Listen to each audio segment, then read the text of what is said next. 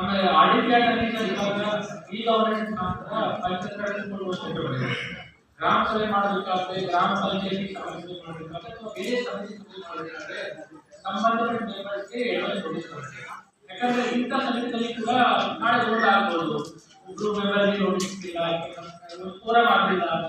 So ಹಾಗಾಗಿ ಇದನ್ನು ಕೂಡ ನಾವು ಇಟ್ಟು ಮುಖಾಂತರ ಮಾಡಿದ್ರೆ ಬಹಳ ಅನುಕೂಲ ಆಗುತ್ತೆ. ನಾವು ನಮ್ಮ ಇವಾಗ ನಾವು ಕೂಡ ಈಗ ಡೈರೆಕ್ಟರ್ ರಿಕ್ವೆಸ್ಟ್ ಮಾಡ್ತೀವಿ.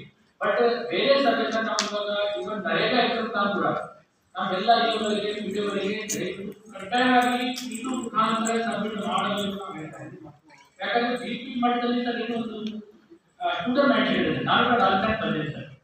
ಸೊ ಐ ಕ್ಯಾನ್ ಅಂಡರ್ಸ್ಟ್ಯಾಂಡ್ ಟೂಡರ್ ಮ್ಯಾಂಡೇಟ್ ಅಂದ್ರೆ ಏನಾಗುತ್ತೆ, ಬಹಳಷ್ಟು ಮೆಂಬರ್ಗಳಿಗೆ ಮಾಹಿತಿ ಇರಲ್ಲ, ಸದಸ್ಯರಿಗೆ ಮಾಹಿತಿ ಇರಲ್ಲ, ವಾಟ್ಸಪ್ ಆಗಿರಲ್ಲ, ಎಕ್ಸ್ಟ್ರಾ ಬರುತ್ತೆ, ಎಕ್ಸ್ಟ್ರಾನಲ್ಲಿ ವಿಡಿಯೋಸ್ ಆಗಿರುತ್ತೆ, ಕೆಲವೊಂದು ಅಧಿಕಾರಿಗಳಿರುತ್ತೆ, ನಾವು ಕೂಡ ಅಪ್ರೂವ್ ಮಾಡಿಬಿಡ್ತೀವಿ. ಆದರೆ ಒಂದು ಒಟ್ಟಾರೆಯಾಗಿ ನಮ್ಮ ಜನರಿಗೆ ಪಬ್ಲಿಕ್ಗೆ ಗೊತ್ತಿರಲ್ಲ.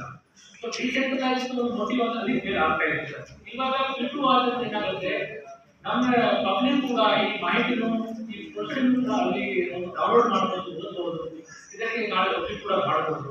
ಸೊ ಹಾಗಾಗಿ ನನ್ನ ಪ್ರಕಾರ ಸರ್ ಈ ಕಾನೂನು ಸಮಿತಿ ಕೂಡ ನಾವೆಲ್ಲ ವಿಡಿಯೋಗಳಿಗೆ ಹೇಳಿದ್ದೀವಿ, ಅವರು ಮೀಟಿಂಗ್ ಕೂಡ ಮಾಡಿದ್ದಾರೆ. ಪ್ರೊಸೀಡಿಂಗ್ ವಿಷಯ ಡಾಕ್ಯುಮೆಂಟೇಷನ್ ವಿಷಯ ಅಲ್ಲಿ ನಾವು ಮುಖಾಂತರ ಆಗ್ತಾ ಇದ್ದೀವಿ.